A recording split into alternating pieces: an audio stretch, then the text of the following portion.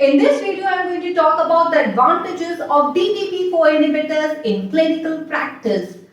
The DPP-4 inhibitors stimulate glucose-dependent insulin secretion and inhibit glucagon production, thereby lowering the blood glucose level and acting as an anti-diabetic agent.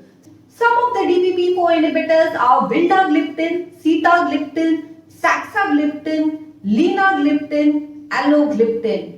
In terms of efficacy, DPP-4 inhibitors when used as monotherapy reduce glycosylated hemoglobin by 0.6 to 0.8% besides reducing fasting blood glucose level and postprandial blood glucose level.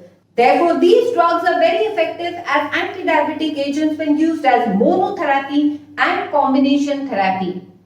Secondly, the risk of hypoglycemia with DPP-4 inhibitors is minimal. This is because the DPP-4 inhibitors stimulate insulin secretion in presence of elevated blood glucose level which falls back to normal. This is in contrast to sulfonylureas that promote insulin secretion irrespective of the blood glucose level. So if the blood glucose level is at the lower side of the normal range, the insulin secreted can cause further lowering of the blood glucose level leading to hypoglycemic episodes, and this is dangerous in elderly patients. The third advantage of DPP-4 inhibitors is that these drugs are body weight neutral. These drugs are not linked to weight gain and peripheral edema, therefore they can be prescribed in an obese individual as there is less likely for weight gain. The fourth advantage is that the DPP-4 inhibitors possess anti-inflammatory and antioxidant property. In preclinical studies, DPP-4 inhibitors have been shown to reduce inflammation, and in human studies, evidence exists that sitagliptin possesses anti-inflammatory property. As we know that in diabetes over the period of time, there is release of inflammatory mediators into the circulation, generation of free radicals into the circulation, damage to the endothelium, and this can lead to diabetic complications in long term. Next, we come to the safety profile of DPP-4 inhibitors. The DPP-4 inhibitors exhibit appreciable safety and tolerance profile. Some recurrent adverse effects are reported such as nasopharyngitis and skin lesion, but these are not serious enough to lead to discontinuation of the treatment. Also, there have been concerns regarding the incidence of acute pancreatitis in type 2 diabetes mellitus patients with DPP-4 inhibitors. However, the latest clinical trials have shown that there is no association between acute pancreatitis and pancreatic carcinoma with DPP-4 inhibitors. So, DPP-4 inhibitors are not associated, they are not linked with acute pancreatitis and pancreatic carcinoma. In terms of cardiovascular safety, if we compare new anti-diabetic drug classes such as SGLT2 inhibitors, GLP-1 receptor agonists, and DPP-4 inhibitors, the drug that is in discussion, one needs to keep in mind that latest research points that SGLT2 inhibitors and GLP-1 receptor agonists are shown to reduce the cardiovascular events, whereas DPP-4 inhibitors are considered to be neutral with respect to cardiovascular events. So the clinical trials have not shown any benefits on cardiovascular events, but they are considered to be neutral. They have neutral effects on cardiovascular outcome, and they are considered to be safe from a cardiovascular perspective. So now let us see what are the outcomes of use of DPP-4 inhibitors in liver disease and renal disease. So first let us see what are the effects of DPP-4 inhibitors on the liver. I have listed out the various DPP-4 inhibitors that are used in clinical practice. So these drugs are vildagliptin, sitagliptin, saxagliptin, linagliptin and allogliptin. Amongst the various DPP-4 inhibitors in clinical trials, vildagliptin has shown hepatotoxicity. So hepatotoxicity is seen with vildagliptin in clinical trials. Therefore, it is suggested that evaluation of liver enzymes be carried out within 3 months of treatment with vildagliptin, and vildagliptin should be avoided totally in patients with severe liver disease. Because vildagliptin has shown to cause hepatotoxicity, it causes damage to the liver. Whereas to be noted that other DPP-4 inhibitors such as sitagliptin, saxagliptin, linagliptin and alogliptin are considered to be safe in liver disease. Dosage adjustment in liver disease is not recommended for these DPP-4 inhibitors. First, let us see what are the effects of new antidiabetic drug classes on the kidney.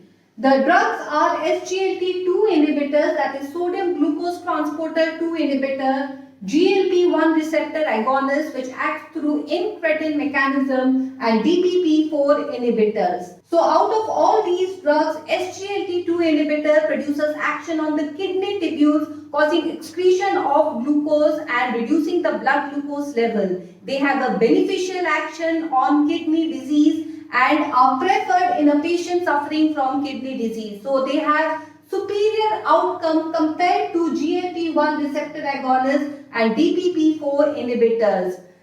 Following SGLT2 inhibitors is the GLP-1 receptor agonist which produces beneficial actions, but the actions of SGLT2 inhibitors is superior, is better than the GLP-1 receptor agonist. The DPP-4 inhibitors on the other hand shows no beneficial action on kidney. As we can see here, all of the DPP-4 inhibitors with the exception of linagliptin are excreted through the kidney. So since they are eliminated renally, they accumulate in the body in case of renal impairment. Sitagliptin is an example of a DPP-4 inhibitor that is excreted by glomerular filtration and tubular secretion. Therefore, dosage reduction is advised by US FDA. However, to be kept in mind that linagliptin is an exception to the other DPP-4 inhibitors in terms of excretion, because linagliptin has a non-renal route of excretion. So they are not excreted through the kidney, they are not dependent on the kidney for excretion. Therefore, they are considered to be safe in a patient with kidney disease.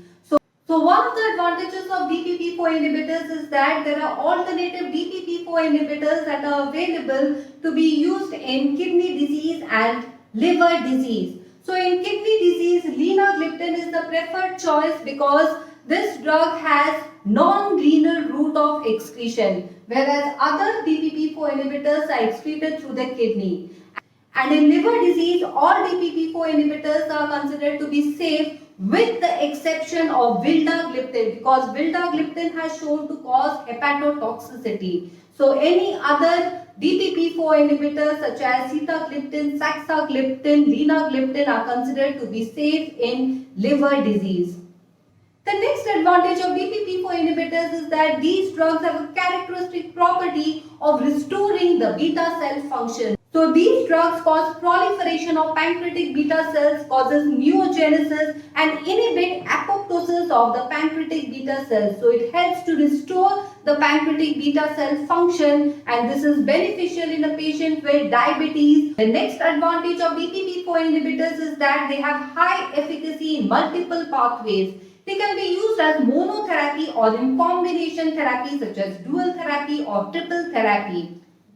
In terms of monotherapy, metformin has solidified its place as the first-line drug in the treatment of type 2 diabetes mellitus.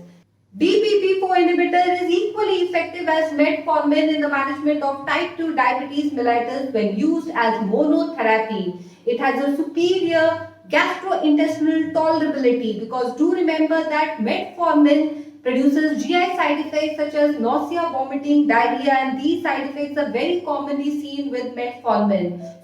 So patients who are intolerant to metformin can be prescribed DPP-4 inhibitors as they have a superior gastrointestinal tolerability profile.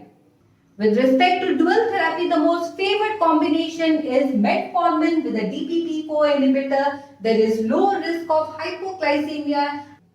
Moreover, to this combination of dual therapy, additional treatment intensification can be done with an SGLT2 inhibitor which can be added to the metformin and DPP-4 inhibitor combination for better glycemic effects.